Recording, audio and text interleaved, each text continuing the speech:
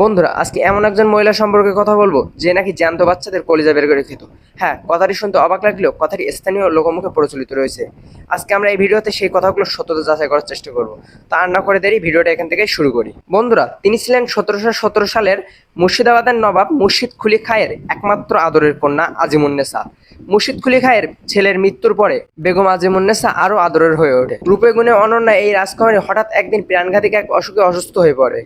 তখন কোনো ডাক্তার কবিরাজি তাকে সুস্থ করতে পারে না, চিকিৎসা ঔষধ সব ব্যর্থ। তখন হঠাৎ একদিন এক ফকির এসে বলেন যে প্রতিদিন একটি করে শিশুর কলিজা দিয়ে তৈরি এক বিশেষ ঔষধই একমাত্র বেগম আজিমুন্নেছার প্রাণ বাঁচাতে পারে। এবং এটিও বলেন যে এই কলিজা খাওয়া অর্থাৎ লিভার খাওয়ার এই কাজটি একসময় তার নেশায় পরিণত হয়ে যেতে পারে।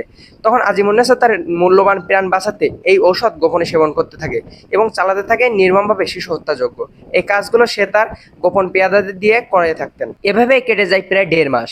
আজিমুন্নেছা তখন প্রায় সুস্থ হয়ে যায়। তখন আর তার এই ঔষধের প্রয়োজন হয় না।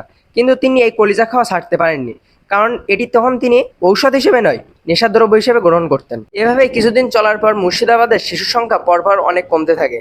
একদিন হঠাৎ রাজার পেয়াদারা একটি গোপন কক্ষের হদিশ পায় এবং সেই কক্ষে পাওয়া যায় শত শত শিশুর দেহাবশেষ।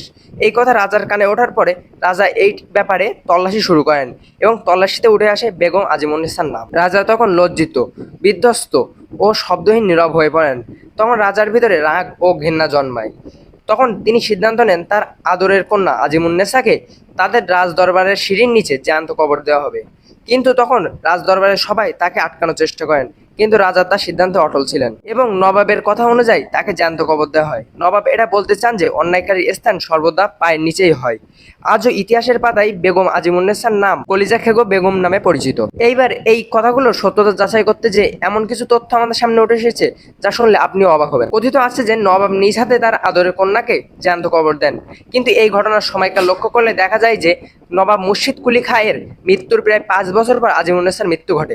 তাহলে নবাব কিভাবে তার নিজ হাতে তার কন্যাকে কবর দিতে পারেন? বেগম আজিমুন্নেছা ছিলেন একজন ধর্মপ্রাণ মুসল্লি এবং তিনি নিষ্ঠাবান, সততাবান এবং একজন মায়াময়ী নারী ছিলেন। এমনকি তিনি নিজেও ছিলেন একজন মা।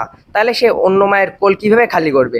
এই ব্যাপারে যদি একটু গভীরভাবে চিন্তা ও গবেষণা করা হয় তাহলে দেখা যাবে তার নামে ওঠা সব অভিযোগগুলোই ভিত্তিহীন। তবে এখনো ইতিহাসের পাতায় আজিমুন্নেছার নামটা ধোঁয়াচে ও ঘোলা হয়ে রয়েছে।